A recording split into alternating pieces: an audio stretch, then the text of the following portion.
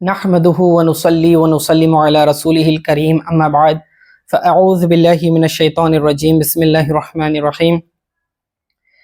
کتاب منہاج السوی سے ہم باب حکم الخوارج والمرتدین ومتنقصین النبی صلی اللہ علیہ وسلم کے بارے میں پڑھ رہے ہیں۔ حدیث نمبر 113 ہے۔ عن ابی الطفیل ان رجلا ولد له غلام على عهد رسول اللہ صلی اللہ علیہ وسلم فأتى النبی صلی اللہ علیہ وسلم فأخذ ببشرة وجهه ودعا له بالبركة قال فنبتت شعرة في جبهته كهيئة القوس وشب الغلام فلما كان زمن الخوارج أحبهم فسقطت الشعرة عن جبهته فأخذه أبوه فقيده وحسبه مخافة أن يلحق بهم قال فدخلنا عليه فوعظناه وقلنا له فيما نقول ألم تر أن بركة دعوة رسول الله صلى الله عليه وآله وسلم قد وقعت عن جبهتك فما زلنا به حتى رجع عن رأيهم فرد الله عليه الشعرة بعد في جبهته وتاب۔ رواہ احمد وابن ابی شیبہ۔ ترجمہ سماعت کریں۔ ابو طفیل سے روایت ہے کہ حضور نبی اکرم صلی اللہ علیہ وسلم کے زمانے میں ایک لڑکا پیدا ہوا، وہ حضور نبی اکرم صلی اللہ علیہ وسلم کی بارگاہ میں لایا گیا۔ آپ صلی اللہ علیہ وآلہ وسلم نے اسے اس کے چہرے سے پکڑا اور اسے دعا دی، اور اس کا یہ اثر ہوا کہ اس کی پیشانی پر خاص طور پر بال اگے جو تمام بالوں سے ممتاز تھے۔ یہ اصل میں رسول اللہ صلی اللہ علیہ وسلم کے ہاتھوں کی برکت تھی، اور آقا علیہ الصلوۃ والسلام کا معجزہ تھا کہ وہ بچہ جو حضور علیہ الصلوۃ والسلام کے پاس لایا گیا، آقا علیہ الصلوۃ والسلام نے پیار و محبت سے اس کے سر پر ہاتھ پھیرا، پیشانی پر ہاتھ پھیرا، یعنی جتنے حصے کو آقا علیہ الصلوۃ والسلام کے ہاتھ نے مس کیا تھا، وہاں کے بالوں کی خوبصورتی باقی دیگر سر کے بالوں کی خوبصورتی سے بالکل جدا تھی، یعنی کہ بہت ہی شائن کرتے تھے، بہت ہی خوبصورت بال اگ آئے۔ یہ آقا علیہ السلام کے ہاتھوں کی برکت تھی۔ وہ لڑکا جوان ہوا اور خوارج کا زمانہ آیا تو اسے ان سے محبت ہو گئی، یعنی خوارج کا گرویدہ ہو گیا۔ جب یہ بڑا ہوا تو خوارج کی تعلیمات سے اس نے اثر لے لیا اور ان کی آئیڈیالوجی کو فالو کرنے لگا۔ اسی وقت وہ بال جو دست مبارک کا اثر تھے جھڑ گئے۔ اب اس نحوست کا یہ اثر ہوا کہ جو آقا علیہ الصلوۃ والسلام کے ہاتھوں کی برکت سے بال اگے تھے وہ بال جھڑ گئے، کیونکہ اب اس کا عقیدہ خراب ہو گیا، اس کے اعمال خراب ہو گئے، کیونکہ وہ خوارج کے آئیڈیالوجی کو اس نے قبول کر لیا تھا۔ چنانچہ اس کے باپ نے جو یہ حال دیکھا اسے قید کر دیا کہ کہیں ان میں مل نہ جائے، یعنی اس ڈر سے کہ کہیں یہ خوارج کے ساتھ شامل نہ ہو جائے، اس کے باپ نے ان کو قید کر دیا۔ ابو طفیل کہتے ہیں کہ ہم لوگ اس کے پاس گئے اور اسے واضح نصیحت کی اور کہا، دیکھو تم جب ان لوگوں کی طرف مائل ہوئے ہو تو رسول اللہ صلی اللہ علیہ وسلم کی دعا کی برکت تمہاری پیشانی سے جاتی رہی، غرض جب تک اس شخص نے ان کی رائے سے رجوع نہ کیا ہم اس کے پاس سے ہٹے نہیں۔ پھر جب خوارج کی محبت اس کے دل سے نکل گئی تو اللہ تعالیٰ نے دوبارہ اس کی پیشانی میں وہ مبارک بال لوٹا دیے، پھر تو اس نے ان کے عقائد سے سچی توبہ کر لی۔ تو یہ حق اور باطل کی نشاندہی کا کھلم کھلا نمونہ تھا کہ جب اس نے خوارج کا ساتھ دینا شروع کیا، ان کے خیالات، ان کے عقائد، ان کے افکار کو قبول کیا، تو جو برکت رسول اللہ صلی اللہ علیہ وسلم کی دعا کی تھی وہ جاتی رہی اور وہ مبارک بال جھڑ گئے۔ لیکن جب اس نے توبہ کی اور ان علماء نے جب اس کی رہنمائی کی، اسے سمجھایا، تو پھر اس نے اپنے باطل عقیدے سے توبہ کر لی، تو اللہ تعالیٰ نے دوبارہ وہ بال، خوبصورت بال انہیں لوٹا دیے۔ تو اس سے چند باتیں پتہ چلی کہ اچھوں کی صحبت اچھی ہوتی ہے، بروں کی صحبت بری ہوتی ہے۔ بدعقیدہ لوگوں کے ساتھ دوستی کرنا، ان کے ساتھ میل جول رکھنا خود اپنے ایمان کو خطرے میں ڈالنا ہے، اور جو اسلاف کی اور ہمارے جو بزرگان دین کی دعائیں ہوتی ہیں تو اس کی برکات بدعقیدگی کی نحوست کی وجہ سے ختم ہو جاتی ہے۔ تو اسی لیے ہمیشہ اچھوں کا ساتھ قبول کرنا چاہیے، نیک لوگوں کے ساتھ رہنا چاہیے۔ حدیث نمبر 114 عن سعید بن جہمان قال كانت الخوارج تدعوني حتى كدت ان ادخل فيهم فرأت اخت ابی بلال فی النوم ان ابا بلال کلب أهلب أسود عيناه تذرفان فقالت بأبي أنت يا أبا بلال ما شأنك أراك هكذا وكان أبو بلال من رؤوس الخوارج رواه ابن أبي شيبة عبداللہ ابن احمد واللفظ له اسنادہ صحیح۔ سعید بن جہمان سے مروی ہے، بیان کیا کہ خوارج مجھے اپنی طرف دعوت دیا کرتے تھے، سو اس سے متاثر ہو کر قریب تھا کہ میں ان کے ساتھ شامل ہو جاتا کہ ابو بلال کی بہن نے خواب میں دیکھا کہ ابو بلال کالے لمبے بالوں والے کتوں کی شکل میں ہیں، اس کی آنکھیں بہہ رہی تھیں۔ بیان کیا کہ اس نے کہا اے ابو بلال میرا باپ آپ پر قربان، کیا وجہ ہے کہ میں تمہیں اس حال میں دیکھ رہی ہوں؟ اس نے کہا کہ ہم لوگ تمہارے بعد دوزخ کے کتے بنا دیے گئے ہیں۔ وہ ابو بلال خارجیوں کے سرداروں میں سے تھا۔ اب دیکھیے یہاں پر جو اچھے لوگوں کی رہنمائی اللہ تعالیٰ نے کیسے فرمائی اور جو خوارج تھے ان کی حقیقت کیسے ظاہر کی۔ یاد رکھیں بعض اوقات انسان کا جو نفس ہوتا ہے اس کی شکل اللہ تعالیٰ مختلف جانوروں کی صورتوں میں خواب میں دکھاتا ہے، جس کا مقصد یہ ہوتا ہے کہ بندہ اپنے نفس کا محاسبہ کرے اور پہچان لے کہ میرے نفس کے احوال کیا ہیں، میرا نفس امارہ ہے تو میرے اندر کس قسم کی شہوات ہیں، کس قسم کی برائیاں میرے نفس کے ساتھ جڑی ہوئی ہیں۔ تو بعض اوقات اللہ تعالیٰ جو ہے اس طرح کی شکلیں دکھاتا ہے۔ چنانچہ یہ فرماتے ہیں سعید بن جہمان کہ انہیں اس محسوس و قریب تھا کہ وہ خوارج کی جو ذہنیت ہے اس سے متاثر ہو جاتے، لیکن ابو بلال جو کہ ایک خارجی ہے، ٹھیک ہے، خارجیوں کا سردار تھا، اس کی بہن نے خواب میں دیکھا ابو بلال کو کہ اس کا چہرہ جو ہے کتوں کی شکل کا ہے، آنکھوں سے بالکل آنکھیں بہہ رہی ہیں۔ تو جب یہ منظر دیکھا تو اس نے سوال کیا کہ یہ کیا بات ہے کہ تم ایسے نظر آ رہے ہو؟ تو اس نے جواب دیا کہ لوگ تمہارے بعد دوزخ کے کتے بنا دیے گئے، یعنی خارجیوں کو جیسے کہ حدیث پاک میں آیا ہے کہ یہ دوزخ کے کتے انہیں قرار دیا گیا۔ تو اس کی شکل جو ہے اللہ تعالیٰ نے خواب میں دکھلا دی۔ یہ بتانا مقصد یہ تھا کہ جس شخص کی تم پیروی کرنا چاہتے ہو وہ خود جہنم کے راستے پر ہے، وہ خود گمراہ ہے، تو تم نے اس سے بچنا چاہیے۔ تو اللہ تعالیٰ نے یہ ہدایت کے طور پر ان لوگوں کی رہنمائی فرمائی۔ حدیث نمبر 115 عن ابی عثمان النہدی سأل رجل من بنی یربوع او من بنی تمیم، تابعی ہیں، فرماتے ہیں عمر بن الخطاب رضی اللہ عنہ عن الذاریات والمرسلات والنازعات او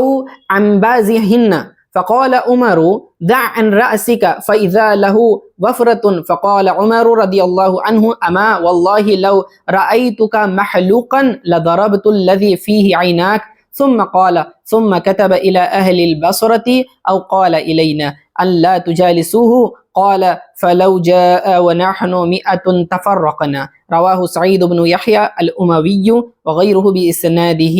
صحيح كما قال ابن تیمیہ۔ حضرت عثمان نہدی بیان کرتے ہیں کہ قبیلہ بنی یربوع یا بنی تمیم کے ایک آدمی نے حضرت عمر بن خطاب رضی اللہ تعالیٰ عنہ سے پوچھا کہ الزاریات والمرسلات والنازعات یہ جو سورے ہیں ان کے کیا معنی ہیں،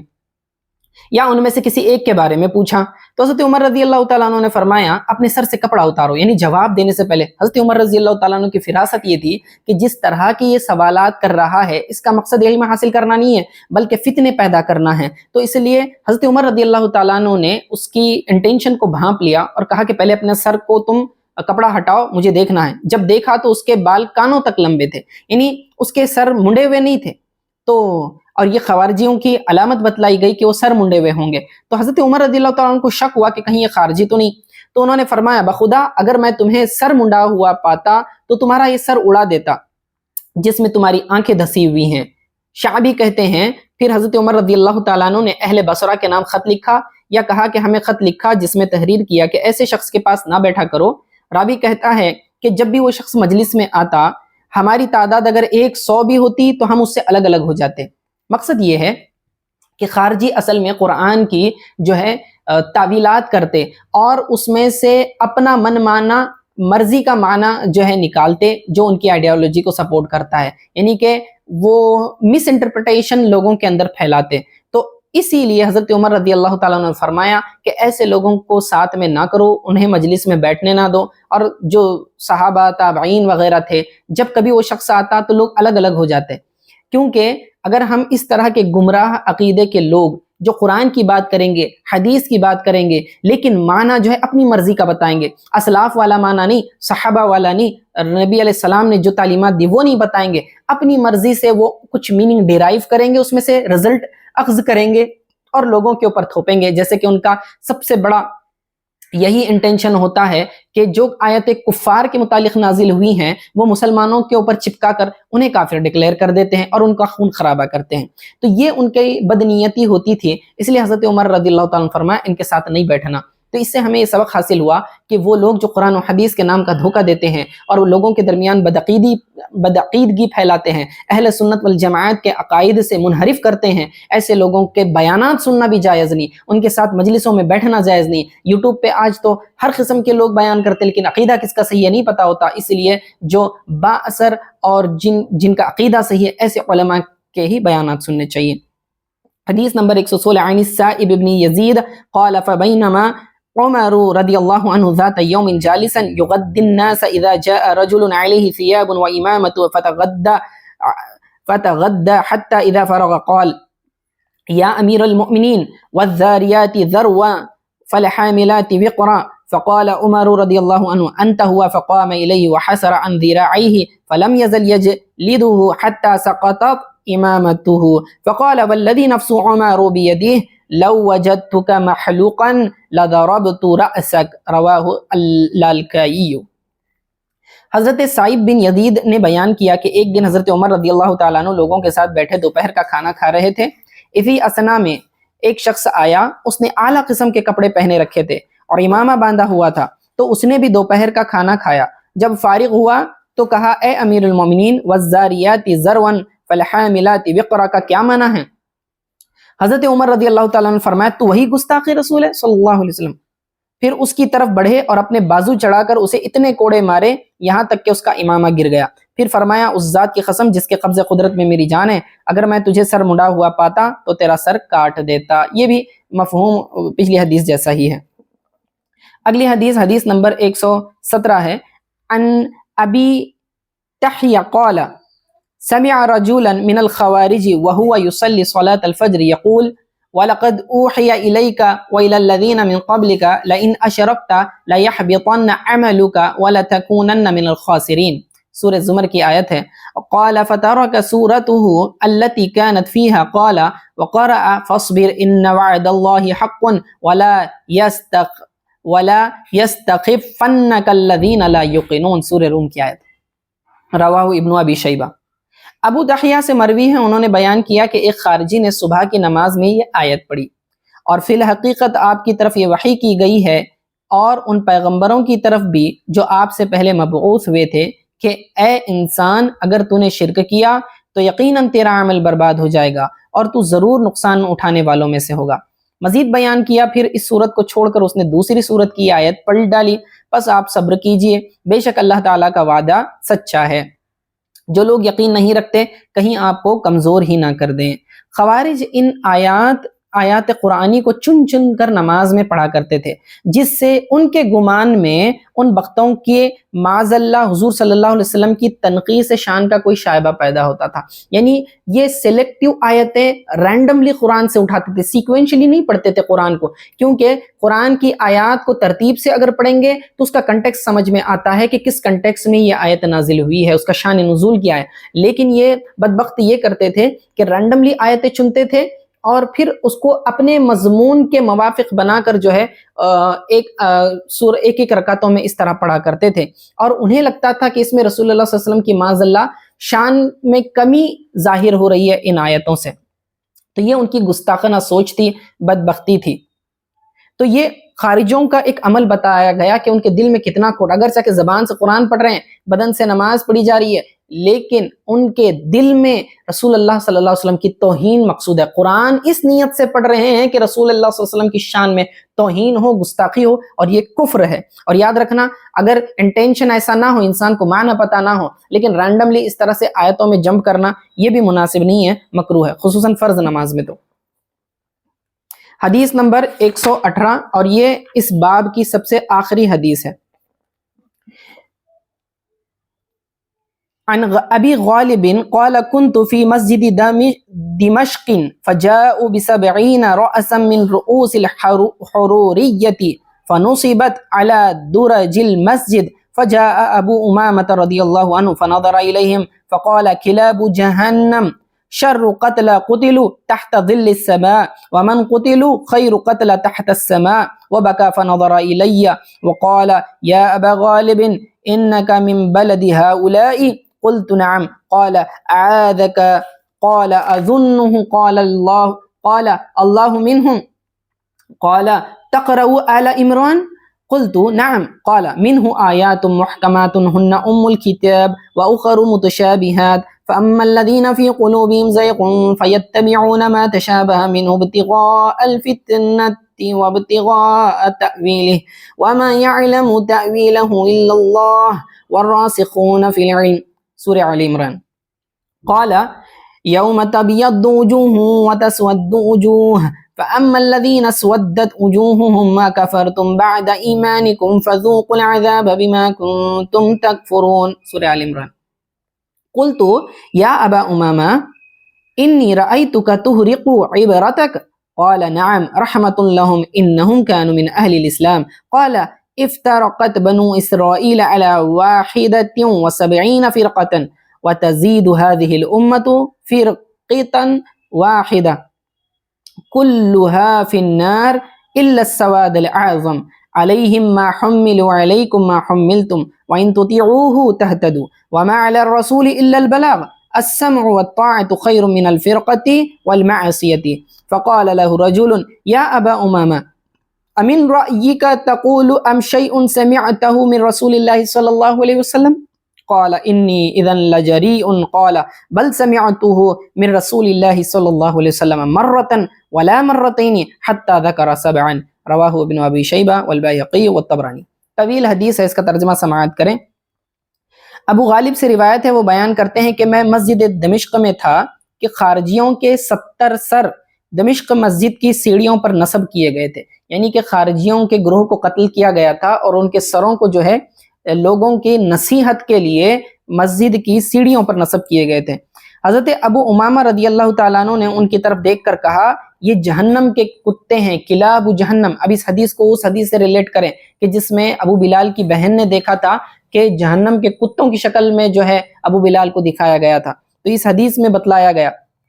کہ یہ جہنم کے کتے ہیں اور زیر آسمان تمام مقتولوں سے بدتر ہے، یعنی روئے زمین پر جو مرنے والے لوگ ہیں، قتل کیے جانے والے لوگ ہیں، ان میں سب سے بدترین لوگ یہی ہیں، اور ان کے ہاتھوں سے جو شہید ہوئے وہ زیر آسمان تمام مقتولوں سے بہتر ہیں، یعنی جنہیں ان خارجیوں نے مارا ہے وہ دنیا کے سب سے بہتر لوگ ہیں۔ یہ کہا اور رو پڑے، پھر میری طرف دیکھا اور پوچھا اے ابو غالب کیا تو اس شہر سے ہے؟ میں نے کہا ہاں۔ انہوں نے کہا اللہ تعالیٰ آپ کو ان سے محفوظ رکھے۔ انہوں نے کہا کیا تم سورہ آل عمران پڑھتے ہو؟ میں نے کہا ہاں۔ پھر اس کے بعد یہ آیت انہوں نے تلاوت کی، جس میں سے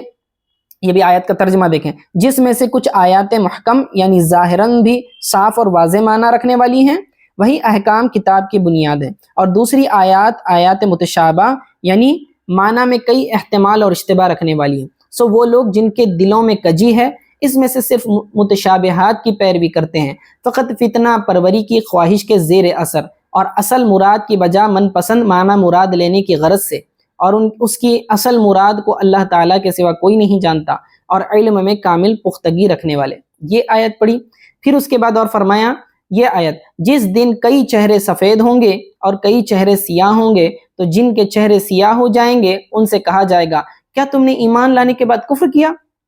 تو جو کفر تم کرتے رہے تھے سو اس کے عذاب کا مزہ چکھ لو۔ میں نے کہا ابو امامہ میں دیکھتا ہوں کہ آپ رو رہے ہیں۔ انہوں نے کہا ہاں، ان لوگوں یعنی خارجیوں پر ترس کھاتے ہوئے، کیونکہ یہ قبل از خروج اہل اسلام میں سے، جب تک وہ کفر نہیں کیا، انہوں نے خارجی نہیں بنے تھے تو پہلے تو مسلمان تھے، اس لیے ان کی قسمت پر افسوس کر کے رو رہا ہوں۔ اور کہا قوم بنی اسرائیل 71 فرقوں میں بٹ گئی تھی، بنی اسرائیل کے جو ہیں 71 فرقے بن گئے تھے، اور یہ امت ان سے ایک فرقہ بڑھے گی یعنی 72 فرقوں میں بٹ جائے گی۔ اور سواد اعظم جو سب سے بڑا طبقہ ہے، سواد اعظم یعنی کہ بڑی جماعت، اس کو چھوڑ کر باقی سارے جہنم میں جائیں گے۔ وہ اس کے جواب دہ ہیں جو ذمہ داری ان پر ڈالی گئی، اور تم اس کے جواب دہ ہو جو ذمہ داری تم پر ڈالی گئی، اور اگر تم رسول اکرم صلی اللہ علیہ وسلم کی فرما برداری کرو گے تو ہدایت پا جاؤ گے، اور رسول اکرم صلی اللہ علیہ وسلم کے ذمے تو صرف پہنچا دینا ہی ہے، اور غور سے احکامات کو سننا اور ان کو بجا لانا تفرقہ اور نافرمانی سے بہتر ہے۔ تو یہ ساری باتیں نصیحت کی انہوں نے کہیں۔ بس یہ سن کر ایک شخص نے کہا، اے ابو امامہ، کیا آپ اپنی طرف سے یہ باتیں کر رہے ہو، یا ان میں سے کچھ آپ نے حضور نبی اکرم صلی اللہ علیہ وسلم سے سنی ہیں؟ انہوں نے فرمایا، اگر میں اپنی طرف سے کہوں تو تب تو میں بہت بڑی جسارت کرنے والا ہوں، یعنی کہ میں دل سے تو نہیں کہہ سکتا یہ ساری باتیں، نہیں، بلکہ یہ باتیں ایک یا دو دفعہ نہیں بلکہ 7 بار حضور اکرم صلی اللہ علیہ وسلم سے سنی ہیں۔ تو اس میں جو ہے ایک تو پوائنٹ یہ سمجھ میں آیا اس حدیث سے کہ خارجیوں کا خاتمہ کر کے لوگوں کی نصیحت اور عبرت کے لیے ان کے سر لٹکائے گئے تھے۔ دوسرا یہ کہ انہیں کلاب جہنم یعنی کہ جہنم کے کتے قرار دیا گیا، اور تیسرا یہ بھی بتلایا گیا کہ قرآن کی جو ہے 2 طرح کی آیتیں ہیں، ایک آیت محکم آیتیں ہیں اور ایک متشابہ آیت، یعنی 2 قسم کی یہ بیسک کیٹیگریز ہیں۔ محکم آیتیں یعنی جن کا میننگ ایک دم کلیئر ہے، ڈائریکٹلی آپ سنتے ہی کوئی بھی اہل لغت والا اس کا میننگ بتا سکتا ہے، اس کے کوئی ہڈن معنی نہیں۔ تو جیسے کہ قل هو اللہ احد، اللہ ایک ہے، اب اس کو سمجھنے میں کوئی مشکل نہیں ہے۔ لیکن بعض آیتیں متشابہ آیات ہوتی ہیں جس کا میننگ کلیئر نہیں ہوتا، یا میننگ تو لفظ کا معنی تو پتا ہوتا ہے لیکن اس کا انٹینشن پتا نہیں چلتا، ٹھیک ہے؟ جیسے کہ حروف مقطعات قرآن میں موجود ہے، الف لام میم ہے، یاسین، طٰہٰ، الف لام میم صاد، کاف ہا یا عین صاد وغیرہ، اور اس کے علاوہ دیگر آیتیں بھی ہیں، تو یہ متشابہ آیات کہلاتی ہیں۔ ان کا حقیقی معنی کا تعین ہم نہیں کر سکتے، ٹھیک ہے؟ تو اسی طرح اب 2 آیتیں 2 کیٹیگری کی، تو 2 طرح کے گروہ بھی بن گئے اس میں، یعنی جو مومن ہیں، حقیقی مومن، یہ تمام قرآن پر ایمان لاتے ہیں، محکم آیات پر ڈائریکٹلی عمل کر لیتے ہیں، ٹھیک ہے، اور متشابہ کے معنی کو کریدنے کی کوشش نہیں کرتے، جبکہ جو خارجی ذہنیت کے لوگ ہوتے ہیں وہ متشابہ آیات کا جو ملٹیپل، چونکہ اس کے اندر احتمالات ہوتے ہیں، پاسبلٹیز ہوتے ہیں، یہ بھی میننگ ہو سکتا ہے، دوسرا بھی ہو سکتا ہے، تیسرا بھی ہو سکتا ہے، تو اس میں سے جو سب سے خراب معنی ہوتا ہے وہ اس کے اپنے انٹینشن کے مطابق اس کو جو ہے بگاڑ کر اس کا معنی لوگوں کے اوپر اپلائی کرتے ہیں، اور اس کا مقصد صرف جو ہے فتنہ پھیلانا ہوتا ہے، تو ایسے لوگ جو ہیں جہنم میں جائیں گے، ٹھیک ہے؟ تو اسی لیے، اور آخری بات اس میں یہ بتلائی گئی کہ امت میں ان عقائد کی بنیاد پر کافی فرقے ہوں گے۔ بنی اسرائیل میں ایک روایت میں تو 20 میں تو 72 آیا ہے، ایک روایت میں 73 اس طرح بھی آیا، لیکن جو ہے اصل بات یہ ہے کہ ایک ہی طبقہ، ایک ہی فرقہ جو ہے جنت میں جائے گا، باقی سارے جہنم میں جائیں گے۔ وجہ کیا؟ کہ انہوں نے دھیرے دھیرے اہل سنت سواد اعظم کے عقیدوں کو چھوڑا اور اپنے نئے نئے فرقے بناتے گئے۔ ہمیں رسول اللہ صلی اللہ علیہ وسلم، صحابہ، تابعین، تبع تابعین، اولیاء، علماء، فقہاء، محدثین سے جو باتیں آج تک صحیح عقیدہ ہم تک اہل سنت والجماعت کے پہنچے ہیں، یہی سواد اعظم ہے، اسی کو فالو کرنا ہے۔ نئے نئے فرقے آتے رہیں گے، ہمیں اس سے بچنے کی ضرورت ہے۔ اللہ تعالی ہمیں عقیدے کی سلامتی کے ساتھ اس دنیا سے اٹھائے، ہمارے گھر والوں کی، ہمارے دوست احباب کی، مسلمانوں کے عقیدے کی حفاظت فرمائے، ان خارجی ذہنیت کے فتنوں سے اور اس طرح کے گمراہ لوگوں سے بچائے، اور ایمان پر ہمارا خاتمہ فرمائے۔ وآخر الدعوانا ان الحمد للہ رب العالمین۔